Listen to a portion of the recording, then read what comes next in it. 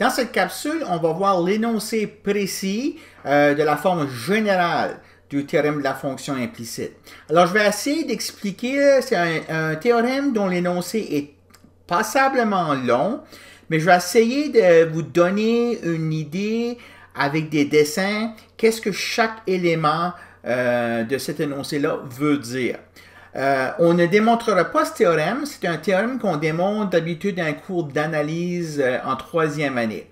Donc, on va donner l'énoncé du théorème, puis on acceptera ce résultat-là. La capsule prochaine, on fera des exemples où est-ce qu'on peut appliquer ce théorème-là. Alors, comme je disais, l'énoncé du théorème est passablement long. Alors, je vais essayer d'avoir sur cet écran ici l'énoncé du théorème.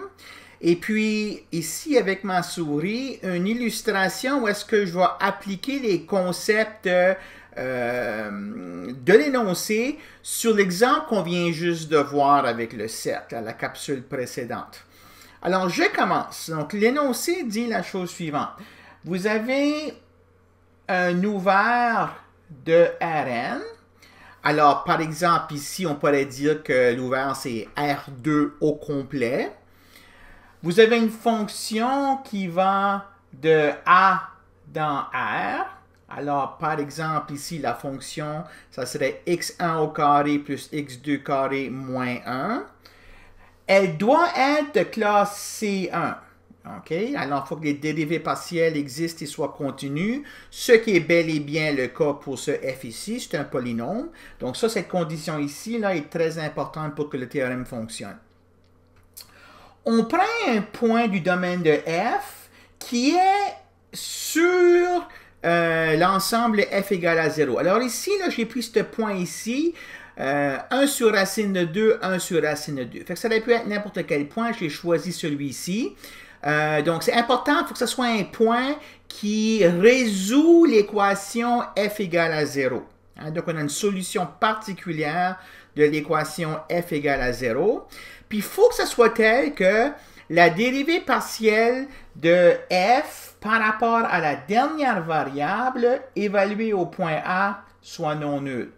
Alors sur le dessin ici, j'ai tracé le gradient de la fonction f au point 1 sur racine de 2, 1 sur racine de 2. Donc, je regarde la dernière composante de ce gradient-là et puis je constate qu'effectivement, elle est non nulle. Donc, ça, ce sont les hypothèses du théorème. Hein? Donc, si, ce sont les hypothèses du théorème. Ensuite, il vient la conclusion. Alors, il existe deux nombres positifs, epsilon et delta. OK? Avec le epsilon, on construit un ouvert autour de, ici, vous voyez, je dis A1 moins epsilon, A1 plus epsilon, A2 moins epsilon, A2 plus epsilon, jusqu'à AN moins 1 moins epsilon, AN moins 1 plus epsilon. Donc, cet ouvert-là, sur le diagramme que j'ai ici, là, c'est l'intervalle ouvert A1 moins epsilon, A1 plus epsilon que j'ai en mauve ici. Donc, le théorème dit que je peux construire un intervalle ouvert centré sur A1, un autre ouvert ici centré sur A2 de rayon delta, et il existe une unique fonction xn en fonction des n-1 autres variables, qu'on appelle la fonction implicite. OK? Alors, dans l'exemple que j'ai ici, la fonction, elle serait essentiellement x2 égale racine de 1 moins x1 au carré. OK? Donc, dans l'exemple que j'ai ici, on peut l'écrire avec une formule, cette fonction-là, mais le théorème ne nous dit pas c'est quoi la formule. Il nous dit qu'une telle fonction existe, définie sur U avec image dans l'intervalle en rouge ici. Alors, cette fonction G que j'ai ici, son graphe, c'est ce que j'ai en bleu ici, en aqua, en bleu. Donc, ça c'est le graphe x2 égale G de x1. Ça, c'est une fonction. OK? Alors, le théorème nous dit que si j'ai ces conditions ici, j'ai un petit intervalle autour de A1, un petit intervalle autour de A2, de telle sorte que l'équation f égale à 0, ça représente le graphe d'une fonction x2 en fonction de x1 que j'ai ici. Alors ça c'est tout ce que j'ai décrit ici. C'est une fonction unique, ok? Il y a juste une fonction qui fait de telle sorte qu'il existe un voisinage comme ceci, puis comme ça, sur lequel la fonction peut être définie, et résout f égale à 0. Ok, alors ça c'est la première chose. Ensuite, elle dit que à chaque fois que je prends un point qui est dans le rectangle, mettons, si je construisais un rectangle ici, vis-à-vis le petit intervalle en mauve et le petit intervalle en rouge ici. Donc un rectangle, là, si vous suivez mon curseur, là, qui ressemblerait à quelque chose comme ceci.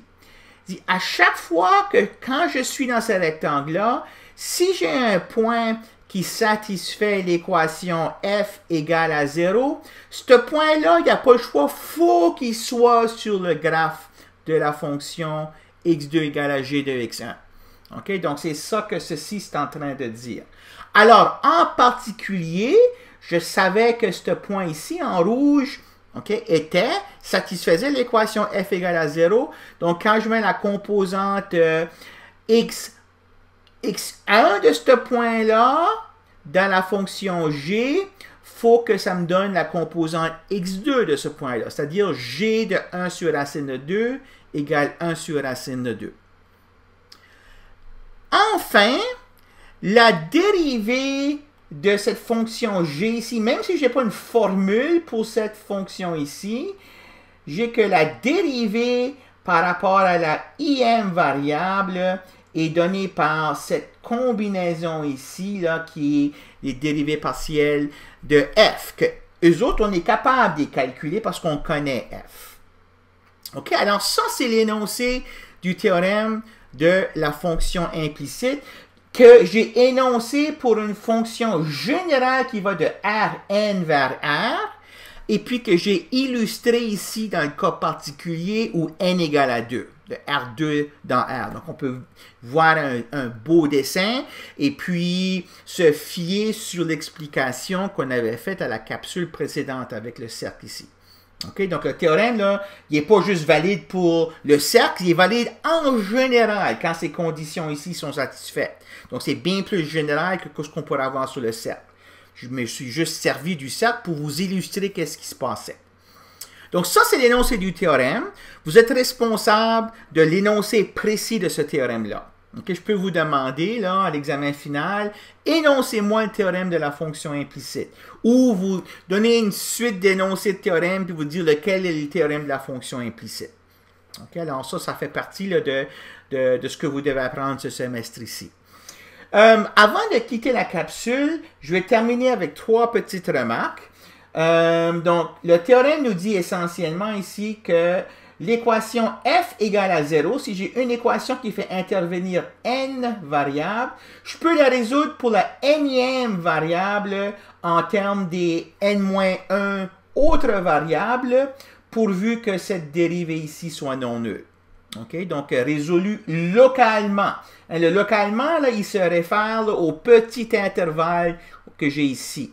Okay? Donc, on ne parle pas d'une solution qui marche partout, mais on dit que si je mets une petite loupe là, autour du graphe, autour du cercle, là, ben, il y a une portion de ce cercle qui va représenter le graphe d'une fonction. Donc, ça, c'est ce que la première partie ici dit. On a des résultats semblables si c'était la dérivée par rapport à la troisième variable, ou la deuxième variable, ou la première variable qui était non nulle, ben, je pourrais résoudre l'équation pour la variable correspondante en termes des autres. Hein, donc, on a des résultats semblables si df dxj est non nul. C'est-à-dire, je pourrais résoudre pour xj en fonction des autres variables. Puis la troisième, ce qui différencie, là, ce qui vient mettre l'exemple qu'on a fait avec le cercle à part, l'exemple avec le cercle, là, on était capable de résoudre l'équation. Hein, le y égale racine de 1 moins x carré ou y égale à moins racine de 1 moins x carré. On était capable d'écrire une formule précise. Mais en général, c'est impossible ça. Okay? On n'arrivera pas à pouvoir isoler là, exactement avec une formule précise. Par contre, le théorème nous dit quand même que La fonction, elle existe. Même si je ne suis pas capable d'écrire sa formule, je suis quand même capable de parler d'une fonction qui résout l'équation. Donc ça, c'est la troisième remarque qui dit, même si ce théorème nous garantit l'existence de la fonction implicite G, il peut être difficile, sinon impossible, de trouver une expression exacte, c'est-à-dire par une formule pour G. Okay, alors ça, c'est la dernière remarque que je vais faire ici. Donc voilà pour l'énoncé du théorème de la fonction implicite. Comme je disais, c'est un théorème qu'on démontre avec des outils qu'on apprend dans un cours d'analyse en troisième année. Mais pour ce qu'on a besoin ici, on va pouvoir s'en servir pour répondre à des questions intéressantes par rapport à des fonctions de plusieurs variables. Ce qu'on fera à la prochaine capsule.